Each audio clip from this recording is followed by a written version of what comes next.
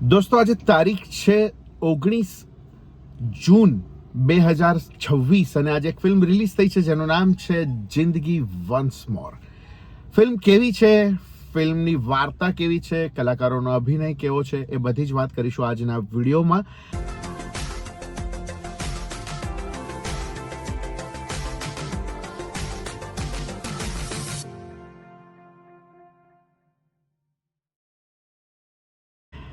નમસ્કાર દોસ્તો, હું છું ગર્વથી ગુજરાતી વિપુલ અને તમે પણ ગર્વથી કહો હું ગુજરાતી. જિંદગી વન્સ મોર ફિલ્મ કેવી છે એની આપણે વાત કરીએ. સૌથી પહેલા તો વાત કરીએ ફિલ્મના લેખનની, સ્ટોરી, સ્ક્રીન પ્લે અને ડાયલોગ્સની, જે લખ્યા છે દીપ ધોળકિયાએ. અને ફિલ્મની વાર્તા વાવ, સુપર્બ.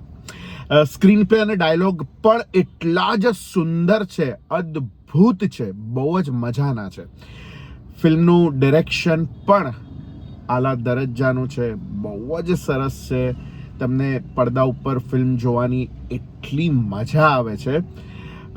ફિલ્મની વાર્તા એક અલ્ઝાઇમરના દર્દીની છે કે જેમની યાદદાસ્ત હવે ધીરે ધીરે જવાની છે. બસ આટલી જ વાર્તા હું કહીશ અને એમાંથી એમનો પરિવાર કેવી રીતે પસાર થાય છે એની આ બ્યુટીફુલ રીતે પડદા ઉપર રજૂ કરતી ફિલ્મ છે.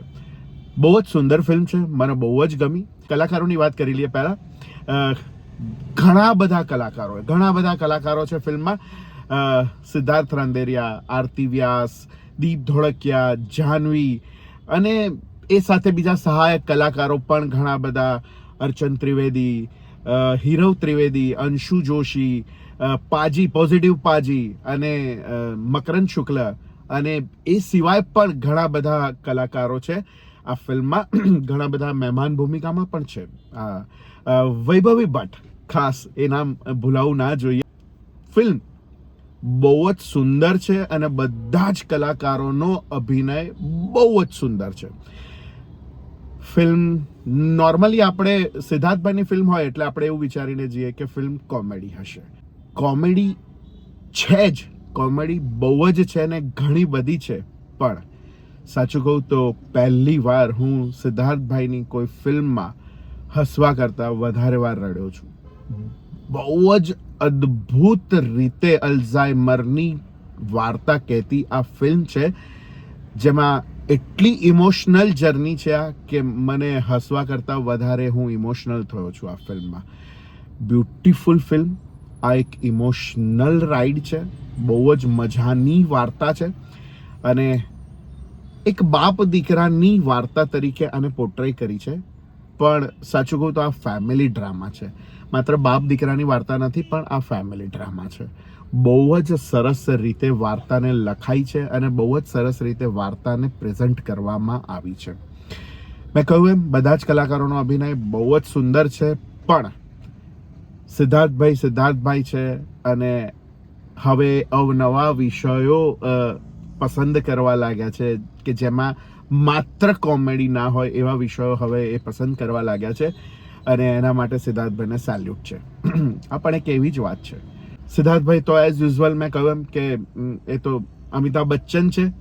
આ ફિલ્મમાં પણ અમિતાભ બચ્ચનનો રેફરન્સ છે અને સિદ્ધાર્થભાઈ તો ગુજરાતી સિનેમાના અમિતાભ બચ્ચન છે જ છે. પણ આરતીબેન, વાવ, આરતી પટેલ, એક એક્સપ્રેશન એમના આખી ફિલ્મ દરમિયાન બહુ જ અદ્ભુત રીતે એમણે એક્સપ્રેશનથી કામ આપ્યું છે.